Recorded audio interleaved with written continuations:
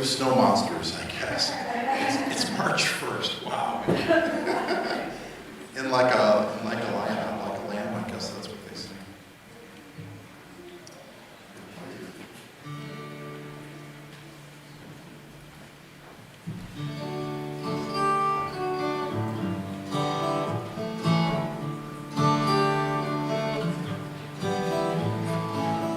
I listen to the wind of my soul. Well, and will I think only God really knows. I sat upon the setting sun, but never, never, never, never, I never wanted water once. No, never, never, never.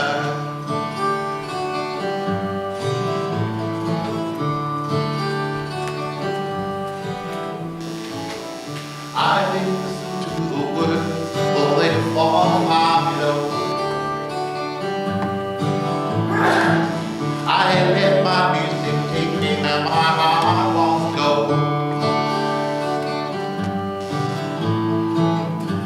I swam upon the devil's lake, but never, never, never, never, I never made the same mistake. No, never, never, never.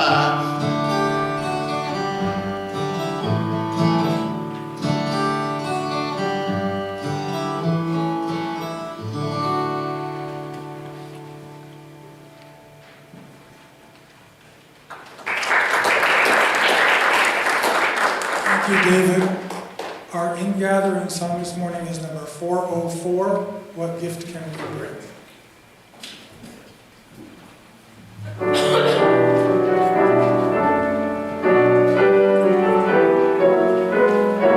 Please stand.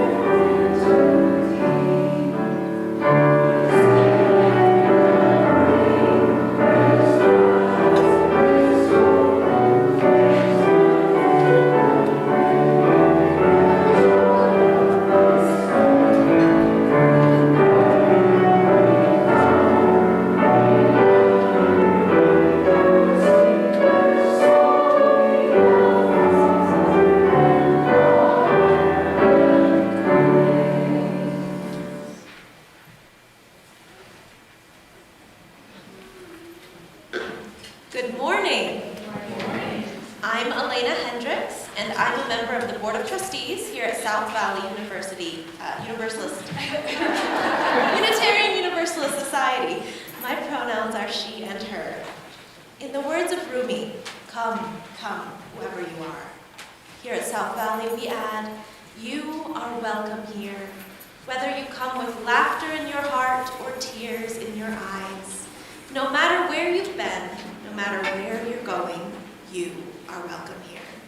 No matter what body brought you in through the door, no matter who you love, you are welcome here. Whether you believe in God all of the time, or some of the time, or none of the time, you are welcome here. This is a community of open minds, loving hearts, and willing hands. You are welcome here at South Valley Unitarian Universalist Society.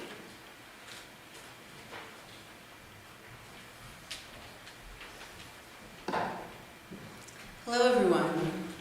My name is Karen Madrone, and I am the interim minister here this year. My pronouns are she and hers. I would like to begin our service by acknowledging something that's happening in the larger world, something maybe on many of your minds, which is the coronavirus 19. And so I want to acknowledge that this is a fear that many people are having. And so when we get to the sharing the warmth of community time, you are more than welcome to bump elbows or do something other than shake hands. It's really okay. And I just want to open that space up if you feel like that is important to you. And always to make sure to wash your hands and wash your hands before you eat from the potluck today. Make sure to not touch your face too often. We know that these are ways that viruses are spread. So that's how we would always take care of ourselves. And also, if you are feeling sick for whatever reason, we always carry this service on Facebook Live. So for whatever reason, if you don't feel like you should be here in community or you need to take care of yourself, that is more than welcome. And please reach out if you should be in need of support for any reason. This community is one that definitely cares for its members. If you notice in the foyer, we have a large card to sign for Ann Scarborough, our board president, who had knee replacement surgery this past week. So if you would like to do that, please do so. So I'm just wanting to call your attention to that and acknowledge that this is a reality that our world is facing, and to make sure that you know that we are caring for you.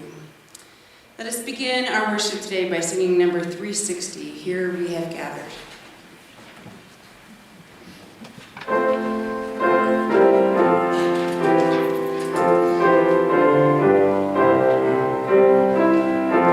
Please stand in body or spirit.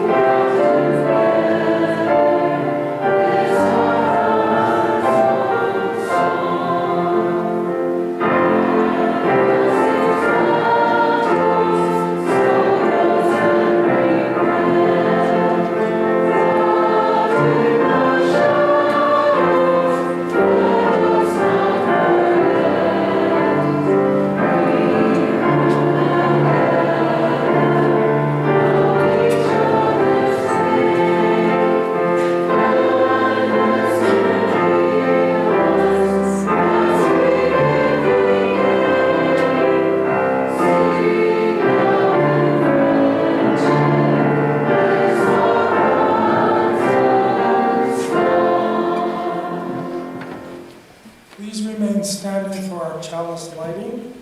And this morning, Zach Stickney is going to light the chalice today. And he'll come up now.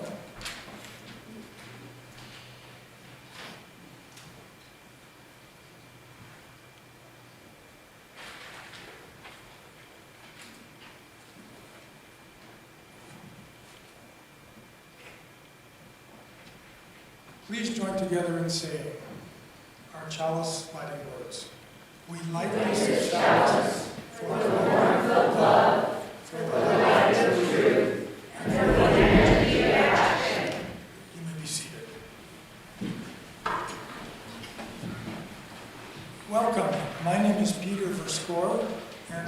lay worship leader. The pronouns I use are he, his, and him. I would like to welcome you this morning to South Valley Unitarian Universalist Society. We are an intentionally diverse religious community. All are welcome here. We would like to extend an especially warm welcome to those of you who are visiting us for the first time. We're so glad you are here. We would love to get to know you. This is a caring, supportive community. In the back of the sanctuary, in the chapel, there is a book to write down your joys and concerns. Please feel free to share a joy or concern there. You may also use the green pastoral care cards on the table underneath the chalice painting in the back of the sanctuary. You may hand them to an usher or place them in the collection plate. A member of our Caring Circle team will follow up with you. Children are always welcome in this sanctuary during the service. After the story, a nursery is available downstairs for friends younger than preschool age, and children from the ages of 3 through 12th grade are invited to participate in our age group religious exploration programs downstairs. We also broadcast the service on closed circuit TV downstairs in the social hall and the nursery. After the service, everyone is invited downstairs for our monthly potluck this morning. We hope you can join us. While you are there, check out the Happenings Hub, where you will learn about the many activities that are part of the South Valley UU Society. In addition, in the order of service, there are announcements that will help you learn about ways to participate in the life of this community. As we begin, I ask that you place your electronic devices in worship mode. We encourage you to take pictures, post on Facebook and tweet, but to do so quietly. Thank you. Now, Scott Renshaw is going to share with you about this year's stewardship. I think it's going to be David Wilcox is going to share with us about this year's stewardship campaign.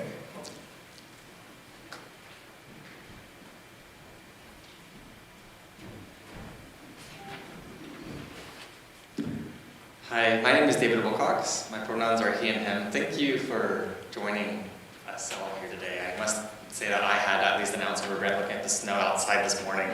Coming here, it's a real doozy. I live in Utah County, so. So last week, I'm not sure, but last week we kicked off the annual pledge drive. It came a little later this year, but Scott gave a really fantastic sermon. If you haven't heard it, or if you were missed last week, I highly recommend you go back and watch it on YouTube. It was really great. And anyway, the pledge drive is a time for each of us to consider what we receive from the South Valley community and what is appropriate for us to give back. And so the main call to action that I want you all to take out from this is to get your 3T cards in. I want to be able to give a good pledge status at the big event in a couple weeks. And for that to happen, I need everybody to participate and get their 3T cards in now, basically. There are paper forms in the back near the entrance, and you can also fill that out online. I'll send out a link after the service for that. So the 3T card has 3 parts to it. Those are time, talents, and treasure. The first 2 parts, they encourage you to think about how you can be active in the community. We have a vibrant community here, and there's a lot of need for help. Whether that's in communicating with members, outreach to the broader community or broader society, direct service to others, or basically anything else you can think of. The last part, treasure, has you consider what your financial contribution to the South Valley community is. We have a lot of great programs. We have a fabulous minister. You're awesome, Reverend Karen, and we have a great DRE program. You're great too, Rebecca. We have a caretaker that spends time keeping up with the grounds. We have excellent music program. We have so much that enriches our lives here. And all that takes money. We want everybody to submit a 3T card, even if the pledge amount is 0. We still want everybody to submit that in, just so that we can have an accounting. Submitting the form is a time for personal reflection and for deciding what you get out of the community and what you want to give back. The theme for this year is transforming hope into action.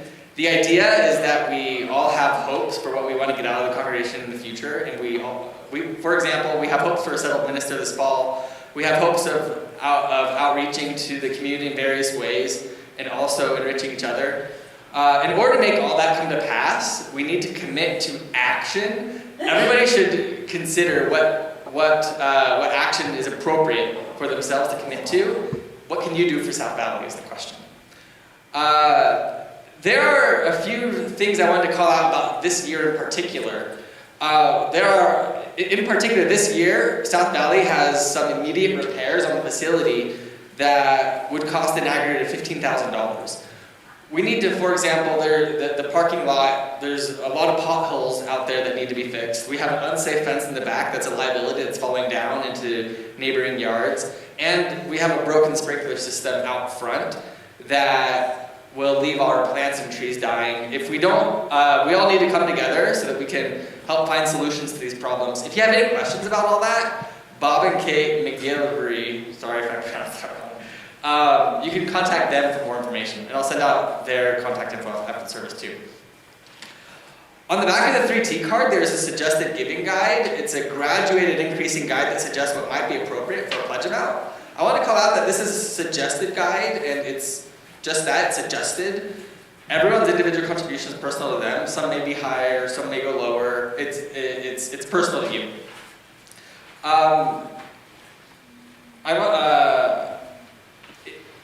So, in order to fund the programs requested, I wanted to call out what the total funding goal is. In order to fund everything requested, we have a total funding goal of about $192,000, so just shy of $200,000 this year. This is increased from last year about $180,000, so we have an increase of a little over $10,000 that we need to fund. Last year we increased by $13,000, so this increase that we're talking about is totally doable. We all have to come together. Last year was a good year in particular, but we all have to come together, and I think we can make it happen if we all do that. I also wanted, in recognition of that it takes everybody to make this happen, I also want to set a goal about how many pledgers we have. The number of pledgers had been decreasing in years prior. 4 years ago we had 98, 3 years ago we had 90, and then 2 years ago we had 80. Last year we actually increased up to 90 again, which is great, but I want to increase again up to 90, 95 or 98 pledgers.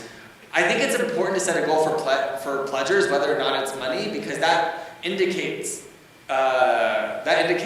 participation in the community, whether or not regardless of the pledge amount. So that's one thing I want to get out, is that to meet this goal, I really want everybody pledging, regardless of the amount. If you have never pledged before and you have some concerns, you can feel free to reach out to me. You can feel free to reach out to the membership team, Scott or Laura Renshaw, to any member of the board or Reverend Karen. Feel free to reach out to any of us. We'd love to talk through any concerns you might have. Or if you're a regular pledging member, please make sure to get your pledge in really soon, because I want to have some good news for the big event coming up. Thanks. And now it is time for the children's story. So Rebecca Britt will come up and tell the children's story. Oh, I'm sorry. Okay. Please turn and greet your neighbor and welcome them into worship.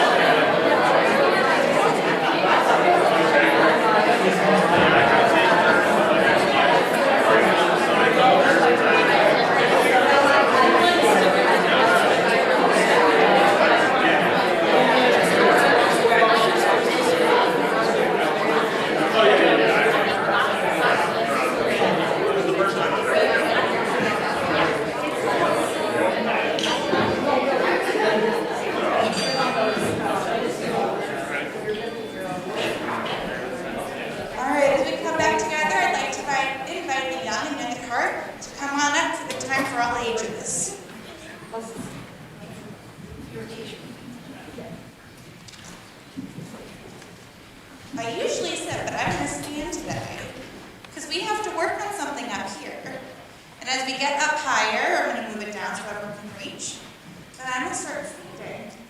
So I have a question for everyone. First of all, you might notice I'm wearing this tiny microphone. So when I ask for your help, I'm going to unclip it and hold it up to you so that everyone can hear you. But first, if you could raise your hand. How do you build a church? All right, I said you right away. Please, proceed. How you build a church is you have instructions, and whatever instruction is due, workers build it, and then when they build it, they come and then they come and they work on the church. Thank you. So construction workers work on it. I want multiple answers. What do you think, Carl? A community. A community. We're going to talk about what that means. What do you think, Jared? You pay construction workers $1 million and they come and build your church. So we have a couple different answers. One is construction, and that's true. You do need construction workers. But I have some information. Did you know my friend Jairo, he has a church in his living room. Woo! I exhaled too hard. My friend Jairo has a church in his living room. Churches can be any kind of place, so the building's important, but sometimes what people want to do there is even more important. So what we're going to do is we're going to be building a church today, but really we're trying to build a community. I want you to know that this is paper and I won't have hurt feelings if it rips while we do it. And that goes for the whole time. So the first part you need at the bottom is a theological framework. Doesn't that sound fun? A theological framework is what we believe, what matters to us, maybe what's in our covenant. So I need some helpers to put a theological framework up here. Who wants to help me? Come on up, Clayton. I need lots of help. So these are going to go on these two rows at the bottom. This is going to be, yep. Here we're going to go a little lower, and let's just start. Ooh! Our church is off to a rough start. Yeah, that would be great. So it's okay that it's ripped. So then, yeah. Do you know what? Sometimes things go a little rough in the beginning because we're still workshopping. Even low. Do you came over here? I'm going to help move this one down here. Oh, awesome. So Clayton was our construction worker. He was one of the founding members of this church and helped come up with what we wanted. So we have, for this church, here are some of the core values. Salvation here and now. This is, I think, a Universalist value. That salvation isn't something we're waiting for, and it's not something that's so conditional. Hope through hard work. We can have hope, but we gotta work hard to get there. Spark of goodness, love, freedom to choose, and holy is everything. So this church, that's what they believe. But is that enough to really get off the ground? So now we need social norms. Doesn't that also sound fun? What could social norms mean? Does anyone have an idea? Clayton, what do you think? They build. They do build. So while they're building the church itself, they need to come up with how they want to be with each other. Do they want, when something goes wrong, do they want to not tell each other that they're upset and just kind of hold on to their feelings? Maybe they do. I don't know if that'll work very well. Do they want everyone to be the same? Do they want to have no diversity? Probably not. So this church has to come up with what's normal, how they relate to each other. Does anyone want to help me and Clayton put these up? Jaren, I would love your help. Can you give Jaren some? So these are going to go up to right here.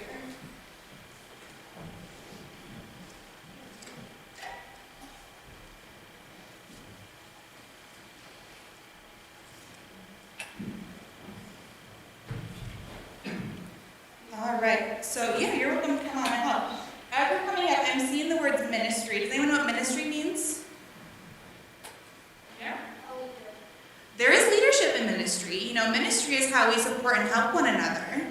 There's exploration, which is my favorite word up here, which is kind of exploring, learning things, and getting to know the world. Inspiration, fun, music, diversity, action projects, and social justice. These are 9 ways that the people in this church that we're building want to relate to one another. And can we notice something? What would happen if the pink ones disappeared? What might happen? Does anyone know? What's up? The entire church would fall apart. Oh my gosh. Maybe not literally, but metaphorically. If people are doing all this stuff, but they don't agree on the values down here, a lot of silly things might happen, like in the watership one last week. So then finally, this is going to come on the ground now. We have skills. These are the way that we do the things we do and the things we're good at. So can I have some friends down here to help me put it on the last ones? It's totally up to you, but we'd love help. Come on up, Jenny. No. Tessa, I'm so sorry. Oh, it takes so many. Because what if Clayton was the only one who decided what the community would be like?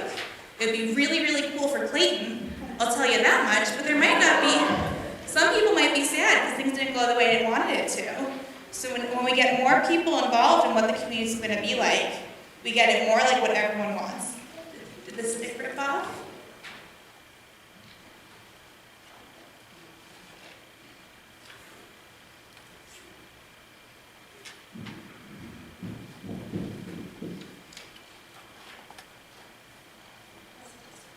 And do you want Tessa? I think that one, the sticky ripped off. And that doesn't mean it's not important, but it's not going to go up right now. Oh, there it is. Can you grab it? And it's still sticky. Can you put it right there? Awesome. Thank you. Go ahead. You know, we're troubleshooting right now. It's okay. Because I can actually hold this one because I have something to say about it. We're going to bring it right back up. So this one says skills. And that's what all these yellow ones are. These are all skills. A skill is something that you work hard at getting better at and that you're able to help with them. So I'm going to read out all the skills that are important for this community. Courage, purpose, leadership, kindness, determination, respect, insight, which means knowing what's really going on inside you and your community, hope, hard work, love, money, sorrow, cooperation, and compassion. Do you know what I'm noticing? Love is a core value and it's also a skill. Do they mean different things based on where they are? I think so. So love is something that, oh, yes, wait. Love makes people get jealous and then Do you know what? That might be true. If we're not working on our social skills, there might be jealousy with love, but there also might be sharing. It's okay. Sharing. And love can be hard work. So love is both a value and a skill. Other things that are kind of interesting is that sorrow is a skill. I do want some thoughts here. Why would sorrow be important in a community? What do you guys think? Are there any adults who have thought? Why would sorrow be important in a community? Jill said it's going to happen, so you have to learn how to deal with it. You can't, sometimes sorrow can be constructive. You can mourn something and you can let it go. I was just going to say, sometimes sorrow is really the only appropriate emotion to feel after something happens. Yeah, if you're just stuffing your feelings, then they go away. The other one I'm noticing, Clayton, can you sit down so make sure all our friends can see it? That's fine over there, is money. Money is a skill. If we have an organized way that we get our money for the church, if we just said, I'd like it if maybe we got some more money. I wish someone would do something about that. Anyway, see you later. Might not work as well as having our organized pledge drive, the big event, the stewardship campaign. Clayton's pointed out and showing money is very important. So what we're going to do is this display is going to be downstairs if you want to play around with it. Once again, it's paper, and we see it's not very hardy, so it's okay if it gets hurt today, but if we can play with it today. All right, now we're going to head downstairs. Our youth programs are on field trips, so it's just the kids today. Let's head on downstairs.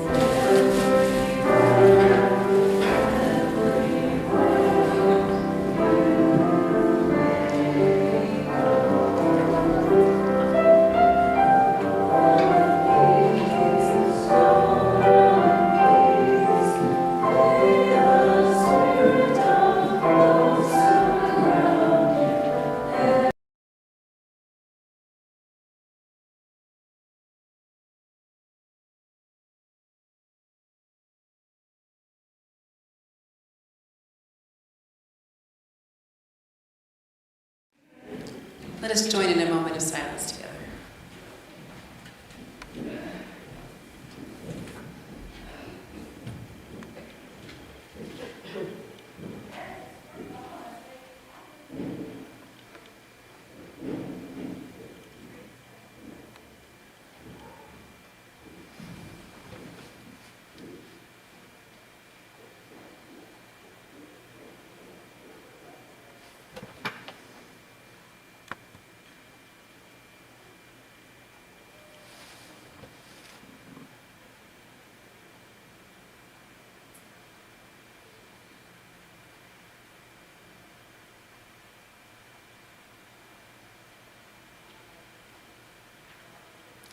We who have gathered here today call upon that which connects us, sustains us, and upon which we are utterly dependent. Spirit, breath of life, as we breathe in, we give thanks for the many blessings of life, for the joys and milestones, celebrations and good news within and among us.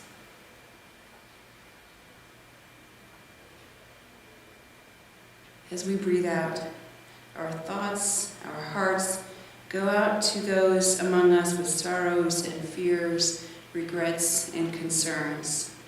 This morning, we hold in prayer all those who are hurting, all those in sadness, anybody experiencing recovery from illness. We hold them in our hearts today. All who are afraid of the spread of the coronavirus, especially those whose health is already vulnerable, and all who work in healthcare, may we all take the common sense precautions we can to protect our health and that of others. We hold in our hearts all Asian Americans around this country who have been on the receiving end of racist attacks and comments by those ignorant and afraid of this virus. May those of us who are able be granted the strength and courage to interrupt such attacks should they happen in our presence. And may we offer love's own comfort and solidarity to our neighbors and friends living with this reality. When the weight of the world overwhelms us, when we must face the challenges and difficulties of life, when we worry about ourselves and others, when we feel small, weak, alone, or afraid, let us lean into the power and strength of community. Let us return to the breath of life, to the power and simplicity of this one moment. Let us return to the earth that grounds us and the sky that lifts us up. Let us return to the love and support offered by those around us and remember the good within every single one of them. Let us rest in all that is possible when we all offer up those good gifts in the service of one another, the common good, the community of beloveds. Blessed be and amen.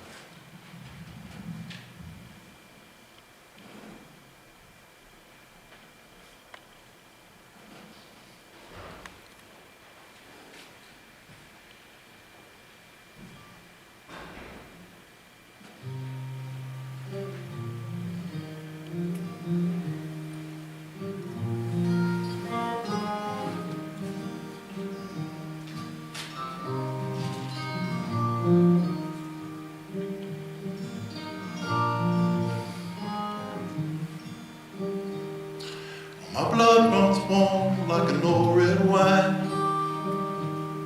I miss the life that I left behind. When I hear the sound of a blackbird's cry, I know I left in the nick of time.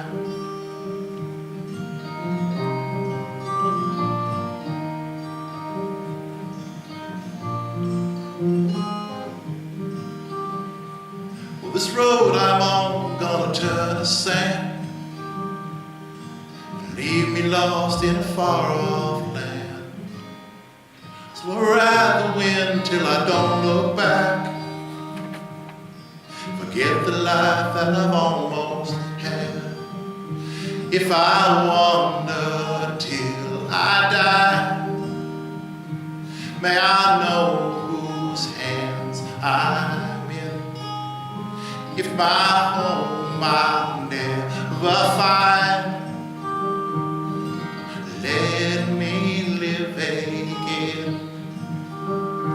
Longer run, the less that I find. Selling my soul for a nickel and dime. Breaking my heart, I keep singing these rhymes.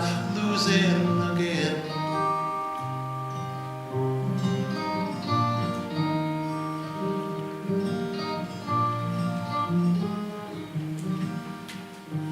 Tell my brother please not to look for me.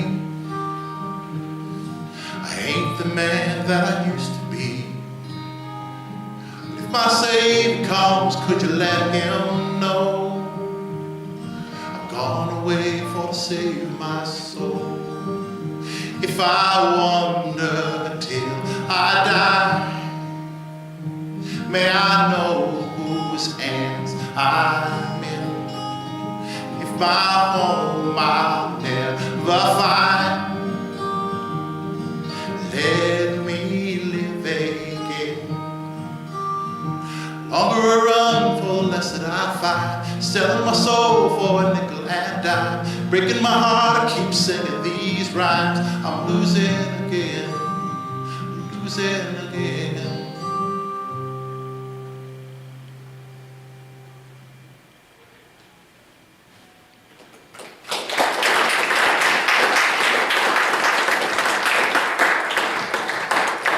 Gates is now going to come tell his South Valley story.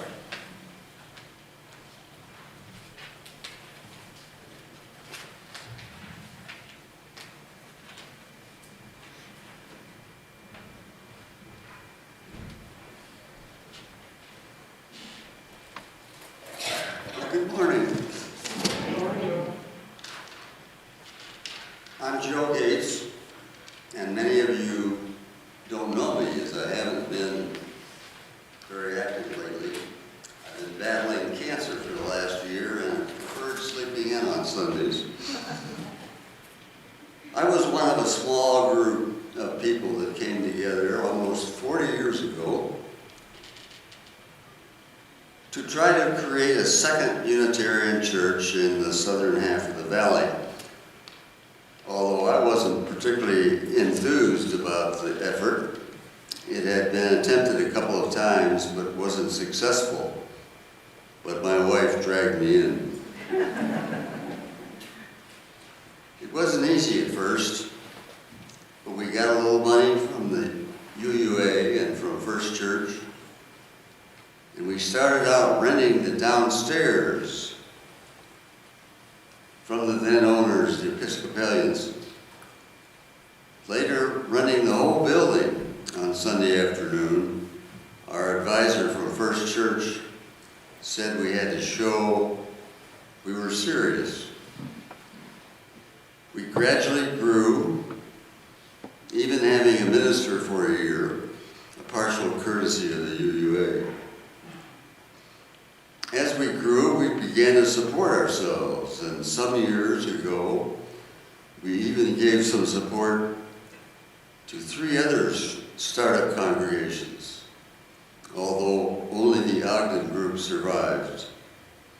We bought this building, again with some help, loans from the UUA and some members, which are now paid off. We currently have an annual budget of about $200,000, which amazes me. We also have an endowment of several $100,000, a gift from a member who left us 1.5 houses in his will. But this isn't to be used for current expenses. But it's in the bank, for example, to support something like maybe a new building or add to this one. with some property around here for parking. So here we are, with no debts to speak of, completely supporting ourselves. Nobody is giving us any grants or loans or anything. And we're preparing to hire a new full-time minister. And what keeps it all going? All of you. It can't continue without your enthusiastic support.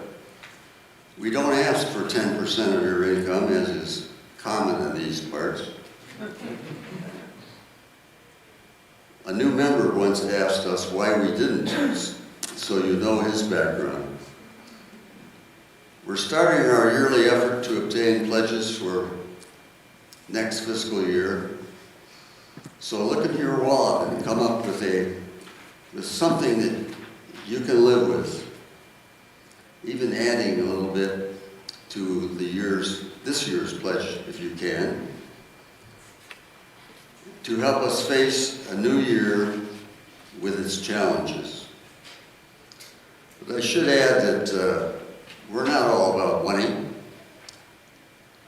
The 3 T's, which you'll hear about during the pledge drive, include people volunteering your time for various things, and your talents, because many of you have wonderful talents.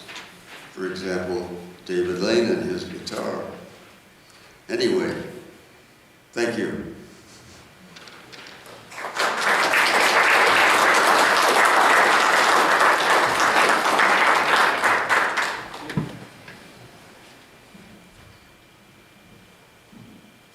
Thank you, Joe.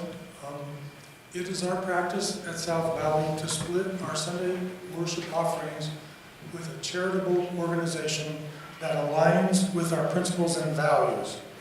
For March and April, we have selected Breathe Utah, a local organization that works to improve the air we breathe through education, collaboration, and policy. They increase awareness for youth and adults, implement projects to improve our air quality, and seek real and practical solutions. Will you please join me in our offering words in our order of service? We are this church. We are its hands, its heart, its voice. Together we share the wealth of this community and sustain it with our gifts.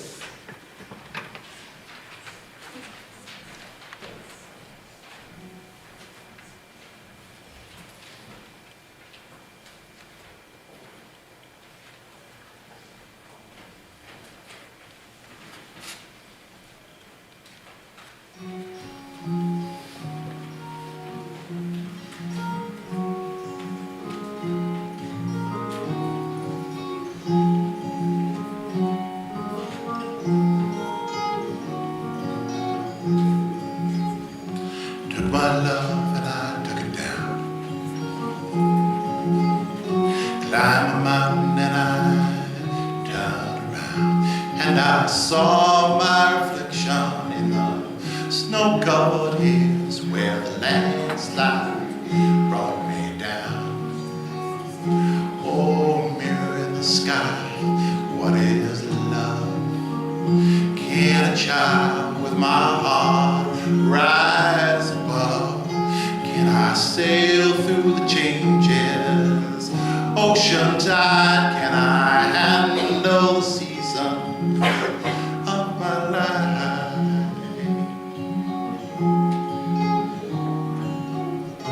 Well, I've been afraid of changing, 'cause I built my life around you. But time makes you bolder, even children get older, and I'm getting older too. Oh, I'm getting older too. Well, I've been afraid of changing, 'cause I built my life around you.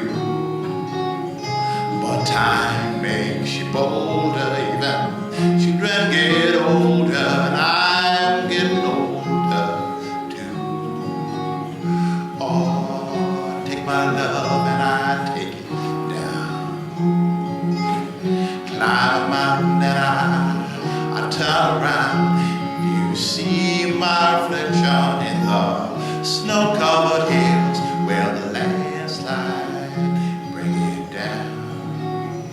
And if you see my reflection in the snow-covered hills where the landslide bring it down.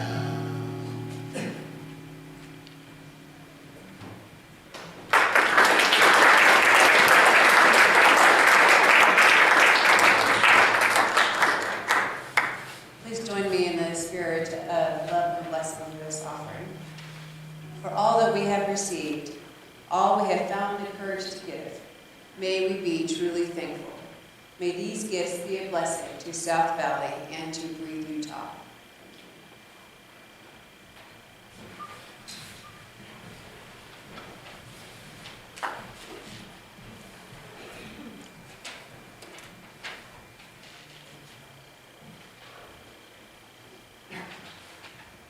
Our reading words today are by Rebecca Savage, called Stewards of Hope. I'm delighted by how Spirit moves through our spiritual communities. A few summers ago, a member of our congregation drafted architectural plans for a little free library. The brilliance of the design is that there are doors on two sides of the library. One side is for adults, and one side is just for kids' books. With the help of many volunteers, including the congregation's youth, 2 little free libraries were built and installed. One near a main entrance and one near a walking trail at the edge of the property. They've been chugging along by themselves. People keep them stocked and utilized. These libraries are a beautiful, self-sustaining phenomenon, a gift to the community. And then the Spirit moved again, and a generous congregant asked to be a steward of the little free libraries. He realized that with a little love and regular attention, the little free libraries could be even better, and was moved towards deeper ownership. I love this. This is the beauty and sparkle of spiritual communities. We dance together in the gentle unfolding of how we strive to be together. Needs arise and beloveds appear to ask, how can I help? There's no fixed timeline, just the spiritual practices of generosity and stewardship. As a religious leader, I am also a steward of hope. So often, we can slip easily into conversations and endless news cycles that we focus on dire calamity, and we feel overwhelmed, crushed, and dispirited. Yes, there is much wrong with our world, and so much has already been lost. The yes and endures, though. We do have time to make changes today. We do have time to revolutionize how we live out our faith today. This is how I serve as a steward of hope, by remembering and reminding others with a wink and a smile that today can be for the good, one breath at a time, one act of love and forgiveness at a time, one act of defiance and change at a time. The prayer of my heart is that hope gives rise to insight, which gives rise to action for the good of us all. Thank you.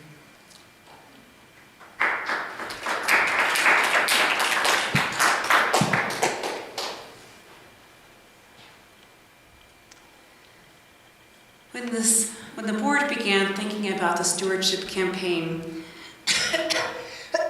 excuse me, we looked at your mission statement for inspiration. If you want, you can pull that out. It's in on the upper the right side of your order of service. I'm wondering, there's some noise happening.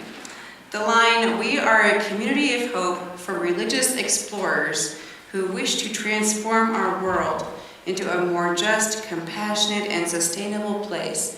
That line caught the board members' eye, and they thought, oh, there's something in that. Let us focus on that. We thought about transformation and what that means. What I heard in the conversation was a desire for change, a desire for something new. This congregation is on the precipice of change, and it can be hard to live in the place of, we know this is changing, and we don't know what is yet to be.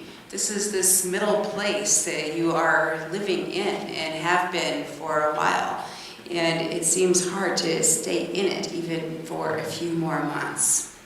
I am sure, though, that we have all been in those places in our lives. I can think of a few places in my life where I have been waiting and not knowing what was going to happen next. This place in your congregational life made me think of Nancy MacDonald Ladd's book, After the Good News, Progressive Faith Beyond Optimism. Ladd's book came out last year to great acclaim and interest because the larger liberal religious community also seems to be in a holding pattern. In particular, regarding the current political climate we are living in, many religious liberals have been trying to figure out what the role is of liberal religion in the world that we live in now. The history of liberal religion in this country has always held that life for everyone will continue to improve. The mantra has been progress, onward and upward. We have held on to this very incredible optimism. It's hard to hold on to that mantra, however, given the most recent presidential election and the rise of racism and anti-Semitism around the world. When the thing we've been holding on to, life will get better for all, we know it, just doesn't appear to be happening. And in fact, for many people, it is actually getting worse. The mantra onward and upward no longer holds any energy. How do you keep believing? Instead, most liberal religious folks are shaking their heads and wondering what happened to their beliefs, what went wrong. In Ladd's book, she describes how this cycle of disillusionment is actually nothing new. She writes about how she grew up in the shadow of a planned community in Indiana called New Harmony. In this utopian world that they tried to create, everything was going to be great. All of the best thinkers were going to come together to build a harmonious community. But what they didn't take into account was the people who already lived there. They were already in that community, and these outsiders were showing up to make things better. Isn't that the way that liberals tend to do? We tend to show up, think we have some answers. They treated people as widgets without realizing that everyone has their own needs, their own desires for their own lives. The founders of New Harmony focused on the thinkers and the philosophizers, people sitting around thinking up great thoughts, writing down great things, without taking into account that somebody has to do the actual work. Somebody has to actually cook. Somebody has to actually take out the trash. These are real things that have to happen. Just like today with our potluck today after the service, people have already set up the tables. Work has to be done. They didn't take these people into account, and then eventually this utopia fell apart under great internal pressure and too high expectations. They somehow imagined that they themselves, in this one small community, in this one place in Indiana, was somehow going to come up with all the right ways of being for the whole world. And, well, that didn't quite work out. It doesn't happen how we imagine, and somehow we tend to make these big things and then we get disappointed. One of the original founders even had very little contact with the community itself, even as an old man, long after the utopian community disbanded. I think of it much like how liberals spent a bunch of time over the last 4 years licking our wounds, hiding onto ourselves, and trying to figure out how to move on from here. Ladd argues that progressive faith needs to move beyond an optimism to authentic relationships, to atonement, and to a regular practice of lament. And I happen to agree with her.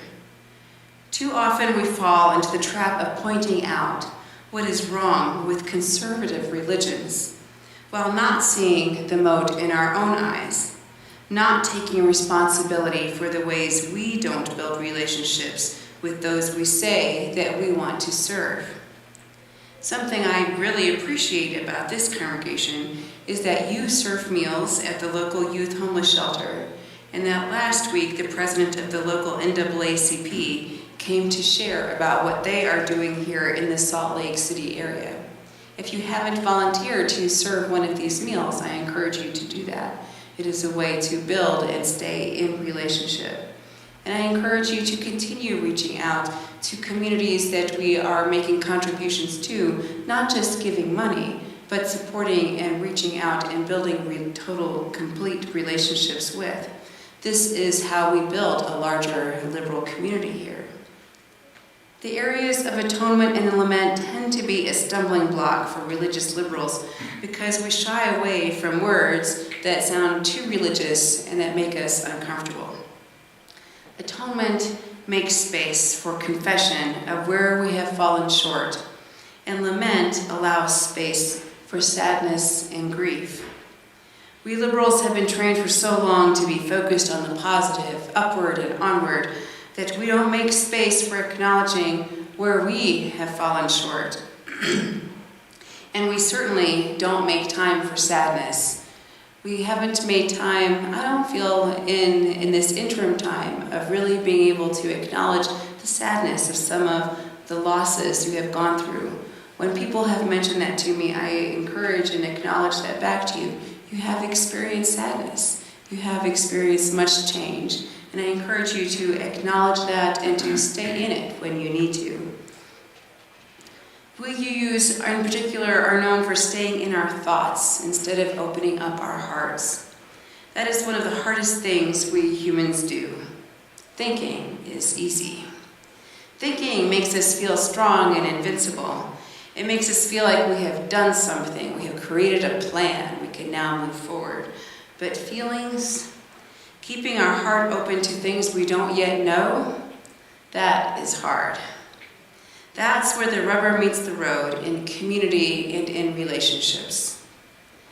This past Wednesday was Ash Wednesday, a time when Christians are reminded that they are but dust and will return to dust when they die. I think it is a good practice to have a reminder to be humble. We have contributions to make, and yet we are not everything. My internship congregation, a UU congregation in Brooklyn, New York, has a Good Friday service, something very unusual for UU congregations. Every year they've been having this Good Friday service since they began, and the current members are like, what is this Good Friday thing? But the older members who are like, we are sticking to this. Now that I have been through that with them, I completely understand their need for that tradition. And last year I gave the sermon and I helped them I congratulated them on keeping this service and for being able to stay in that present time of not rushing through to the celebration of Easter, but the sadness of the crucifixion. It is good to have liturgy that reminds us to slow down and to stay in the sadness, stay in the place of what we do not yet know. Reading Ladd's book brought back many memories of my experiences at Union Theological Seminary. I moved from North Carolina to New York specifically to go to this seminary.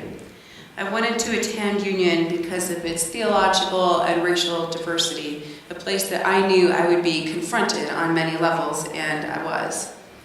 I knew it would be challenging intellectually, and believe me, I had to work really, really hard. But what I wasn't prepared for was the ways it would change my heart. I attended chapel services thinking that I was attending to take notes on maybe future services. Instead, I came to realize that coming with an open heart means that many, many times I sat through chapel services crying, or leaving the services crying, even if it was something that was not my particular theology. That if you are willing to have your heart open, hear a song, hear a prayer, be with people in their vulnerable places, your heart can open. My chaplaincy experiences in particular also opened up to holding a space for sadness and grief. Life isn't always a beautiful thing that liberals like to believe it is. Ladd talks about how one of our biggest problems in living our progressive faith is estrangement, and how we don't always share with each other what we need or support each other truly from the heart. And that's one of the reasons why I started having the green pastoral care cards, so we could really hear from you and to be able to support you in what you need. One of the challenges in parish ministry is creating and keeping an open-hearted space that transforms community. I keep coming back to that word transform in the stewardship campaign. What does transform mean here and now? This is something that we all do for each other, with each interaction, with our support for this community, whether it's through our time, talent, or treasure. This brings me back to once again thinking about hope and how we are thinking about it in terms of the stewardship campaign. In next week's sermon, I'm going to lift up some of the stories of transformation that I have heard from all of you. You will be the text for next week's sermon. I have heard many of your stories, and I want to repeat them back to you. You know that this is a place of transformation. But today I'm going to focus just a tiny bit more on hope, because that is where we are starting from. Transformation of hope into action. At the end of her book, Nancy MacDonald Ladd has this to say about hope. Just because we are honest does not mean we cannot be hopeful. Hope is not just another version of optimism. Optimism tells a preordained narrative. It is an assertion that the scales have already been tipped toward triumph. Optimism is always busy absolving somebody. Hope is different. Like faith, hope is the exact opposite of certainty. It does not presume an outcome for good or for ill. It lies in the waiting moment when the tug from both directions is not fully yet resolved, and when a great many things are still possible. It moves in the humble spaces that open when we allow ourselves to be uncertain and thus not fully self-contained. It is the possibility, though not the inevitability, of a better way. She finishes her book by saying, "Hope does not require ease. It does not require naivete. It is real, tangible, and enduring, even after the good news has all been declared, even when the authentic stories of our lives do not have fairy tale happy beginnings, middles, or ends." Here in this space of this particular congregation, this particular group of people, many of whom we know are not here today, some that we know that the search committee is not here today, we know that people are not here due to the snow or illness or whatever reason. All the members of this congregation, whether here or not, you have chosen to be together. We hold on to hope in this space of uncertainty. We don't know what the future is going to hold, but we keep on building towards the future we believe in, while making space for acknowledging when we make mistakes, and knowing that we don't have everything figured out. As South Valley moves through its stewardship campaign, its tangible way of dreaming into the future, I encourage you to build greater connections and imagine what your place is here in this community. Each of us has a part to play in living in the place of hope and opening our hearts to what we do not yet know. May we find our way to supporting this community with our whole selves, acknowledging our shortcomings and living authentically. May it be so. Amen. Please join in Embody Your Spirit in singing number 1014 in your teal hymnal, Standing on the Side of Love.